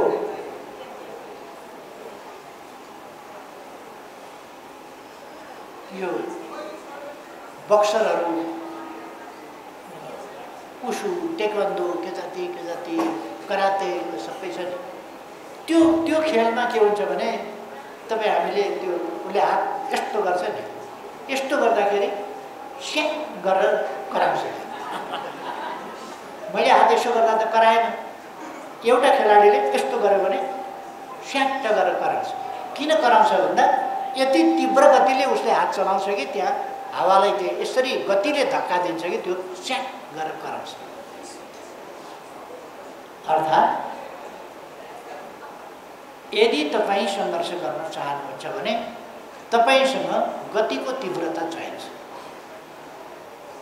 जति वेट भएको मुड्कीले पनि बिस्तारै लगेर राख्यो भनेदेखि केही पनि गर्दैन, अनि गएर तान्यो बिस्तार लगेर राख्यो भने त्यसमा गति छैन, झड्याममा दियो भने बिग्रिन्छ। त्यसकारण यो गतिमा भर पर्छ, तपाईँ कति गतिका साथ हिट गर्नुहुन्छ। त्यसकारण हिट विथ स्पिड, गतिका साथ। त्यो गति अभ्यासबाट मात्र हुन सक्छ। मेरो हात हल्लाउँदाखेरि किन स्वाट्ट आवाज आएन, अभ्यास गरेर भए आउँथ्यो होला, त्यो गति पक्रिएको भए आउँथ्यो होला। मेरो गति पक्रिएन, त्यस कारण आएन, स्लो छ। योभन्दा धेरै गुणा गति भएपछि स्याट्ट आउँछ। त्यो के भने गतिले वेट प्लस स्पिड, तौल र गति मिलेर एनर्जी कति हो भन्ने कुरा, त्यसको गति नै एनर्जी वेट गर्ने हो, त्यसको मापन त्यसरी हुँदैन। त्यसो भएर हामीले यो साइन्टिफिक नियमलाई वेट, कति वेटी चिज हामी प्रस्तुत गर्छौँ र कति गतिका साथ प्रस्तुत गर्छौँ, यो कुरालाई हाम्रो भौतिक समुदायले ध्यान दिन जरुरी छ जस्तो मलाई लाग्छ। अब अरू म धेरै विषयहरूमा नजाउँ, तपाईहरूले विभिन्न विधाहरूमा यसले फिडब्याक दिनुपर्छ पार्टीलाई। फिडब्याक दिएर यस विषयमा कसरी जाने हो। हामी कृषिको आधुनिकीकरण गर्छौँ, उद्योगहरूको स्थापना भन्छौँ, पर्यटनका कुरा गर्छौँ, इलेक्ट्रिसिटीका कुरा गर्छौँ, अथवा आइटीका कुरा गर्छौँ, डिजिटल नेपालका कुरा गर्छौँ, अनेक कुराहरू हामीले गरेका छौँ विकासको सम्बन्धमा। हो त्यो चाहिँ कुरा कसरी प्राप्त गर्ने? हामी निरोगी नेपाल भन्छौँ, हाम्रो स्वास्थ्य नीतिको मूल नीति भनेको निरोगी नेपाल हो। त्यो कसरी सम्भव छ? यो कुरा हामी गर्छौँ। हो यस कुरामा हाम्रो बुद्धिजीवी परिषदले विभिन्न विषयगत विज्ञहरूको टिम बनाएर त्यसमार्फत विभिन्न कार्यशालाहरूबाट कार्यपत्रहरू, अनेक रिसर्चमूलक खोज अध्ययन अनुसन्धान गरिएका विषयगत विज्ञहरूद्वारा एक्सपर्टिजम त्यहाँ पोखिएका त्यस्ता कार्यपत्रहरूमाथि सघन छलफल गरेर रहेका कमीहरूलाई हटाएर अनावश्यक कुरालाई पनि हटाएर, कमीमा प्लस गरेर अनावश्यक कुरालाई हटाएर त्यसलाई परिमार्जित परिष्कृत ढङ्गले एउटा मार्गदर्शनको रूपमा जानुपर्छ अगाडि। र यसो गर्दाखेरि आन्दोलनलाई फाइदा हुन्छ, पार्टीले त्यसलाई अपनाउन, अङ्गीकार गर्न र आफ्ना नीतिहरूमा त्यसलाई सामेल गरेर परिष्कृत, परिमार्जित र समृद्ध नीतिका साथ अगाडि बढ्न सक्छ। पार्टी आफैमा पार्टीले केही सिर्जना गर्छ भन्ने होइन, त्यो त व्यक्तिबाट सिर्जना गर्ने हो। पार्टी भनेको को हो भन्दा तपाईँ हामी सबै हो। सबैको बल मिलेपछि पार्टी भयो, सबैको बुद्धि मिलेपछि पार्टी भयो। नेकपा एमालेको बुद्धि भनेको के हो भन्दा तपाईँ हामी सबैको बुद्धि हो। हाम्रो तागत के हो? हामी सबैको तागत। हाम्रो भोट के हो? हामी सबैको भोट। त्यसैबाट चाहिँ हाम्रो शक्ति बन्ने हो र हामीले सबै कुरा गर्ने हो। अब तपाईँहरूले प्रज्ञान्तरण निकाल्नु भएको छ। प्रज्ञा अन्तरण, समयको अन्तर, परिस्थितिको अन्तर, अवस्थाको अन्तर, यी सबै कुराहरूसँग प्रज्ञाको पनि अन्तर हुनुपर्दछ र प्राज्ञहरूले प्रज्ञान्तर गर्न सक्नुपर्दछ, त्यो बुझ्न सक्नुपर्दछ। त्यो यसभित्र एउटा अन्तरको कुरा छ भने अर्को हस्तान्तरणको कुरा छ। त्यसमा एउटा डिफरेन्सको कुरा छ, ग्यापको कुरा छ, चेन्जको कुरा छ भने अर्को चाहिँ मैले बुझेअनुसार यसमा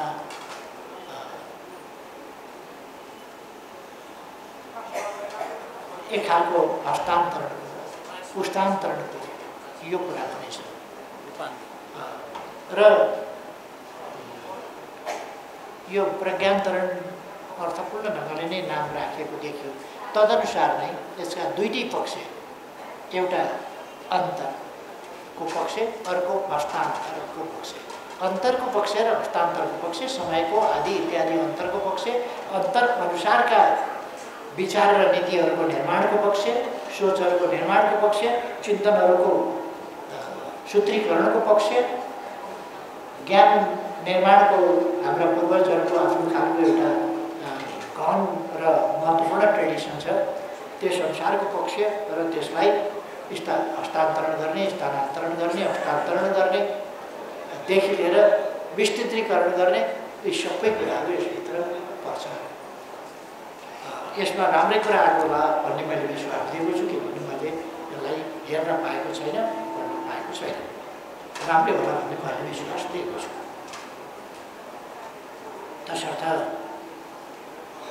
मैले लक्षण देखेको छु तपाईँहरूको सक्रियता, तपाईँहरूको व्यवस्थित सक्रियता र तपाईँहरूको योजनाबद्ध सक्रियता अवश्य सफल हुन्छ भन्ने मैले ठानेको छु। यसै अनुसार तपाईँहरूको यो अधिवेशन सफल हुन सकोस्। यसले नीति निर्माणको क्षेत्र,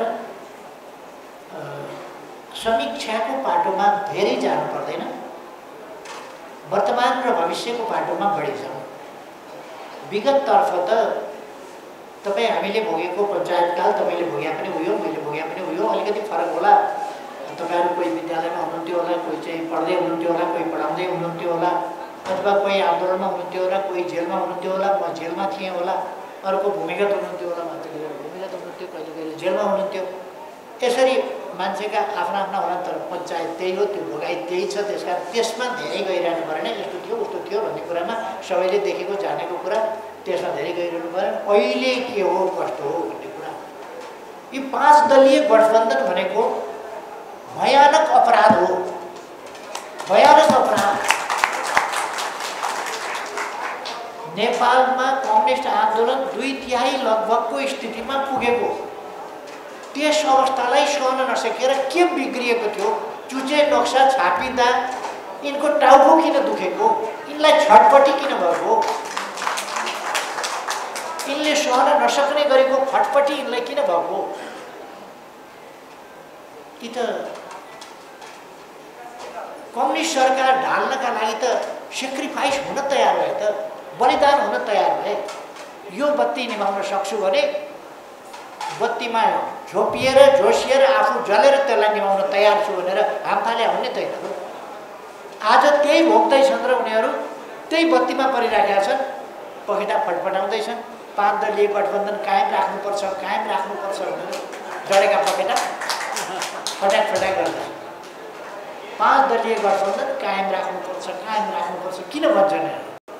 यो यस्तो अपराध गर्नका लागि यिनीहरूले किन गति छाडे? गति छाडे भने आन्दोलनका विरुद्ध, पार्टीका विरुद्ध, देशका विरुद्ध, विकासका विरुद्ध, शान्ति सुव्यवस्था अमन चैनका स्थिरताका विरुद्ध 5 वर्ष सरकार चलाउने वामपन्थी सरकार बिचैमा ढालेर अस्थिरता नलै नहुने प्रचण्ड र माधव नेपाललाई के पर्यो? त्यस्तो अस्थिरता नलै नहुने अनि दक्षिणपन्थी सरकार नबनाइ नहुने ल्याकठ्याक सर्वोच्च अदालत गएका हेर्नुहोस् त, तिनको हिँडाइ लाज शरम छैन। कत्रो अपराध गर्न बेसरम। अनि प्रतिगमन रोक्न खोजे, अरे कम्युनिस्ट आन्दोलनको रक्षा गर्न खोजेको झुट बेइमानी र उल्टा कुराको योभन्दा हद केही हुन्छ? बेसरमीपनको हद योभन्दा बढी केही हुन्छ? अब बुद्धिजीवीहरू, बौद्धिक समुदाय भलाद्मी हुन्छ। भलाद्मी भएको हुनाले पाउरोटी खाँदा पनि बटर तलेर खान्छ, नरम पाउरोटी त अलिक सुखै हुन्छ नि। आलोचना गर्नु पर्यो भने पनि ठ्याक्कै भन्न सक्दैन, यो देशका विरुद्ध, कम्युनिस्ट आन्दोलनका विरुद्ध अपराध हो भनेर ठोक्नु पर्यो नि। कतिपय नेताहरू आफूलाई शिष्ट सभ्य मर्यादित भन्नका लागि देशको नक्सा हटाइएको छ, बनेको संविधान अनुसारको नक्सा हटाइएको छ, देशको भौगोलिक अखण्डतामाथि यत्रो बेइमानी गद्दारी भएको छ, यसमा पनि फेरि हामी अपराध गऱ्यौँ भन्न नसक्ने? कि यो पुण्य कर्म हो कि पाप कर्म हो, के हो? कि यो देशको पक्षमा छ कि देश विरुद्धमा छ? यो देश विरोधी कुरा हो कि हो? देश विरोधी कुरा हो भने हामीले भन्न सक्नुपर्छ कि पर्दैन? तसर्थ म शास्त्रमा जस्तो गरौँ भन्दैन। हाम्रा अग्रजहरू, हाम्रा पूर्वजहरूले त शास्त्रमा मन नपरेकाको त सिङ हालिदिन्थे, मन नपरेकालाई त नगरा लगाइदिन्थे, मन नपरेकाको त दारा हालिदिन्थे मुखमा। हामीले त्यसो गरौँ भनेको छैन। यिनीहरूले जे गरेका छन् त्यही अपराध चाहिँ भनौँ न, जस्ताको जस्तै एकदम स्टिल क्यामेरालाई खिचिया फोटो गरिदिउँ न, जे छ त्यही। आन्दोलन ध्वस्त पार्ने कुचेष्टा यसले गरेका छन्। यिनका लागे पुगेसम्म त अहिले नेपालको कम्युनिस्ट आन्दोलन ध्वस्त भइसक्थ्यो। यिनीहरू अहिले दुना थापेर हिँड्दैछन् नि कङ्ग्रेसका पछि त्यति रहन्थ्यो। अहिले माकुनेको छ नि गुट, दुना थापेर हिँड्छ नि, दुना थापेर।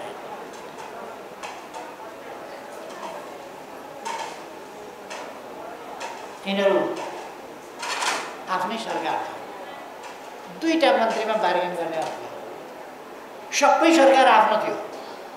त्यो ठाउँमा मलाई 4वटा मन्त्री त नभई हुँदैन। कहाँ शेर थिए, कहाँ लल्लु भएर। 4वटा मन्त्री नभई हुँदैन भनेर 25वटा मन्त्री थिए। प्रधानमन्त्री उनीहरूको थियो, प्रधानमन्त्रीलाई बसी खान दिएको थियो। ओहो, प्रधानमन्त्री त भनी साध्य छैन। त्यतापट्टि अहिले म धेरै नजाउँ। त्यो सान सौकत छोडेर अहिले हेर्नुहोस् त भिख मङ्गा जस्ता दुनो लिएर हिँडेको छ। भिख माग्दा यसमा यति त्यसो भएर अहिलेको अवस्था के हो? अहिलेको सरकार के गर्दैछ? यसको उपचार के हो? अब हामीले के गर्नुपर्छ? त्यसकारण नेकपा एमालेको सरकार चाहियो। किन चाहियो? केपी ओलीलाई प्रधानमन्त्री हुन चाहियो कि ईश्वर पोखरेललाई प्रधानमन्त्री हुन चाहियो कि अर्कोलाई भानुभक्त ढकाललाई शिक्षा मन्त्री हुनु पर्यो कि अर्कालाई पर्यो कि केका लागि चाहिँ एमालेको सरकार चाहियो? यो हुनुपर्ने त एउटा रीत हो, बनाउनै पर्यो केही न केही कसै न कसैलाई। तर उद्देश्य के हो त भन्दा राष्ट्रियताको कुरो, लोकतन्त्रको कुरो, संविधान कार्यान्वयनको कुरो, त्यो कुरा हो नि, विकासको कुरो हो नि, सुशासनको कुरो हो नि, भ्रष्टाचार नियन्त्रणको कुरो हो नि, कानुनी राजको कुरो हो नि। त्यसकारण चाहियो। अहिले आनन्द छ हेर्नुहोस् त, हामीले 40% संसद वा 40% केन्द्रीय समिति भन्यो। किनभने पार्टीको केन्द्रीय कमिटी भनेको त हिँड्दा हिँड्दै कतिको छ कतिको, कहिले 7,000 भन्छन्, कहिले 4,000 भन्छन्। पार्टीको सांसद भनेको त एकपल्ट निर्वाचित गरेपछि त्यो बदल्न पाइँदैन नि। त्यसकारण त्यो फिक्स्ड हुन्छ। त्यसकारण यो संविधानले सांसदहरूलाई दिएको अधिकार हो, स्वच्छ ढङ्गले चलेर पार्टी परित्याग गर्न पाइन्छ। स्वच्छ ढङ्गले चलेर बस्न मिल्न नसकिने भयो भने अलग हुन पाइन्छ। श्रीमान श्रीमती डिभोर्स गर्न पाइन्छ भने कोर्ट म्यारिज लभ म्यारिज मात्रै होइन नि, यहाँ 7 फेरा लिएको हुन्छ नि, 9 बाजा बजाएर झ्याम झ्याम झुमझुम गरेर बिहे गरेको पनि डिभोर्स गर्न पाइन्छ। अनि पार्टीमा चाहिँ नपाइने भन्ने कुरा हुन्छ र? पाइन्छ नि। विचार मिलेन, नीति मिलेन, नपाइने हो भने त कार्यकर्ताहरू सबै काङ्ग्रेसका पछि लागेका, माधवका पछि कुद्थे होला, उसको प्रचण्डका पछि कुद्थे होला नि। पाइन्छ। त्यसै कारण पार्टी त्यो हामीले गर्दा उद्यम बचियो देशमा। डबलीवाला बुद्धिजीवीहरू छन्, केही बुद्धिजीवीहरू डबलीवाला। डबली के भन्छ त्यो? एउटा कर्मकाण्डमा चाहिँ पुरोहितै गर्दै देखेको थिएँ एउटा बुद्धिजीवी, त्यो डबलीवाला कराए, अरू कराए। तर पछि उनीहरूले 20% वा भनेर ल्याउँदाखेरि, बेथिति गर्दाखेरि कराएन। सम्मानित अदालत पनि हतार गर्दैन, आराम छ। हामी चाहन्छौँ देश आफ्ना ठाउँमा, राज्यका सबै अङ्गहरू, सबै निकायहरू आफ्ना ठाउँमा मर्यादित ढङ्गले, जिम्मेवारपूर्ण ढङ्गले चलाउन्। हाम्रो चाहना हामी त्यो चाहन्छौँ। कुनै पनि चिजको दुरुपयोग नहोस्, अलोकतान्त्रिक, अमर्यादित, असंसदीय यस ढङ्गले नचलोस् र लोकतन्त्र वास्तवमा एउटा उन्नत मर्यादित प्रणालीको रूपमा जाओस्।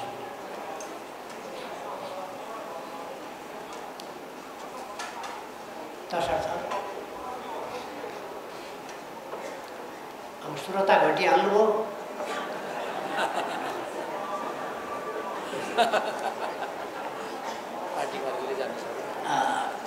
खैर, त्यसो भएर अहिलेको परिस्थिति, वर्तमान स्थितिको चित्रण र यसबाट राष्ट्रले प्राप्त गर्ने उन्मुक्ति के हो, अगाडि बढ्ने बाटो के हो, दिशा के हो, तरिका के हो, यस सम्बन्धमा हाम्रा बलबुद्धिको प्रयोग गर्नु पर्यो। योजनाबद्ध ढङ्गले हाम्रो सक्रियताको प्रयोग गर्नु पर्यो। यस सन्दर्भमा यस अधिवेशनले तपाईँहरू कार्यपत्रमा पनि छलफल गर्दै हुनुहुन्छ, त्यसले पनि निकालोस् र आजको अवस्था, विसङ्गति, त्यसबाट उन्मुक्तिबाट कसरी कता जाने हो, कहाँ पुग्ने हो, त्यसमा आम जनतालाई तपाईँहरूको आग्रह के छ, आह्वान के छ, यी कुराहरू आउनु भन्ने मेरो आग्रह हो। त्यसकारण यो शिवजीले पुरा गर्न नसक्ने वर दिन सक्दैन भने जस्तो होइन। तपाईँहरूले यो वर त दिन सकिँदैन, पुरा गर्न सकिँदैन भन्ने ठाउँ छैन। यो पुरा गर्न सकिने वर पार्टीले माग्छ तपाईँहरूसँग र तपाईँहरूले तथास्तु भन्नुपर्छ। तपाईँहरू तथास्तु भन्न रेडी भने हो त? ठिक छ। अब मैले धेरै समय नलिउँ, म तपाईँहरूको यो अधिवेशनको फेरि एकपल्ट सफलताको लागि हार्दिक शुभकामना भन्न चाहन्छु र मलाई आमन्त्रण गर्नुभयो र केही कुराहरू मैले यहाँहरूका बिचमा राख्न पाएँ। तपाईँहरूलाई धेरै धेरै धन्यवाद दिन्छु। धेरै धेरै शुभकामना छ। शुभेच्छा।